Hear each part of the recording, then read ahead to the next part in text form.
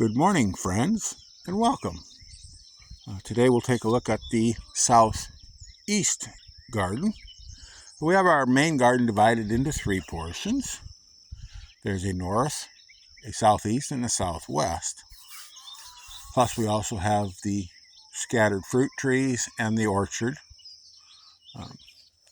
This portion really doesn't get seen a whole lot. I thought today'd be a good day to look through it. If we just had a storm last night, I haven't looked in the rain gauge, but these were empty. You can see the amount of water in there. It was empty here. A 5-gallon bucket. What is there? That much water or so in that bucket. But these were empty yesterday before the rain. So we probably got a pretty good shot of rain.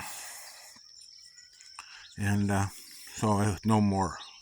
If you kind of content something you like, you might hit that like and subscribe button while you're at it. But here we have a Delica squash. Just got this one little hill here on the edge. There's cannas in here, and there's our cucumbers. Those are the burpy cucumbers and the pickling. These two are pickling. That's a burpless. We have more cucumbers than that, but this is just a start. This is the Montana flower corn. See, it's growing along. It was planted late.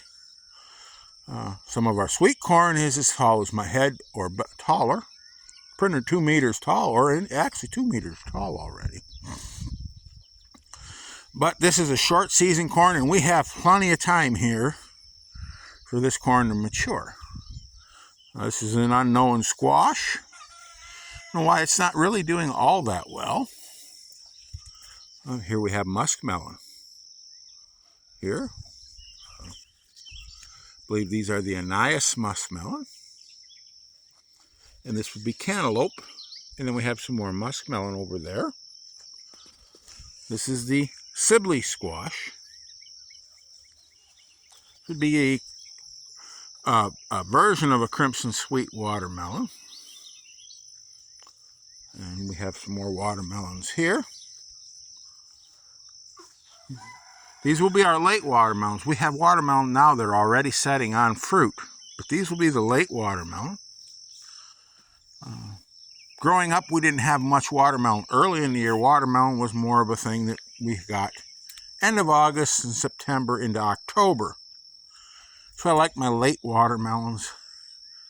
That's just the way we grew up eating watermelon. Clear up until Christmas time. We had a storage type of melon that we kept. And so we had watermelon often up until Christmas time. Here we have sweet potatoes. These were the last ones planted. We have a few more days we could be planting sweet potatoes, but get to the end of the row here. I do believe we probably have enough for just one person. And there'll be a few to give away as well. And this is the Jing orange okra. I always want to call it red. And if we get closer, I think you'll be able to see why I always want to call it red. You look at that beautiful stem. This is a plant that is so nice looking. You could plant this in a flower bed in front of a home as a decorative and still eat those pods, because you get those nice big okra, hibiscus looking okra flowers. You get the pods that are the same color as the stems. You get those stems and you get that leaf, that gorgeous veining on that leaf. Quite a plant, quite a plant. Here on the asparagus bed, this is where we call the border of this garden. We have a bit of a quackgrass problem, and we have to get rid of that. And there's some onion in there.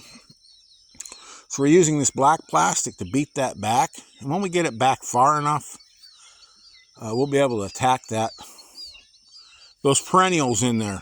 It's a problem with perennial crops like asparagus. They often get perennial weeds as well.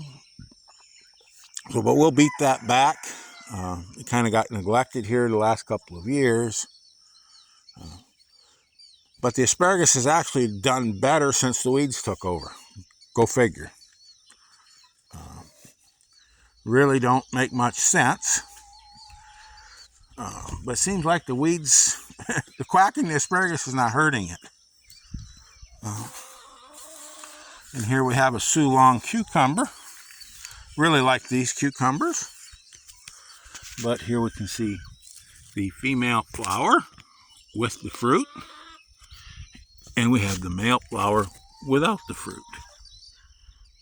Anyways, I want to thank you for joining me on this little bit of a tour on the upper garden. This upper southeast garden. And later on we will do more walkthroughs some of the other sections. So with that, have a wonderful day. Hit that like and subscribe if you already haven't. Leave a comment. And go out there and have some fun. Get those hands dirty. And above all, keep growing.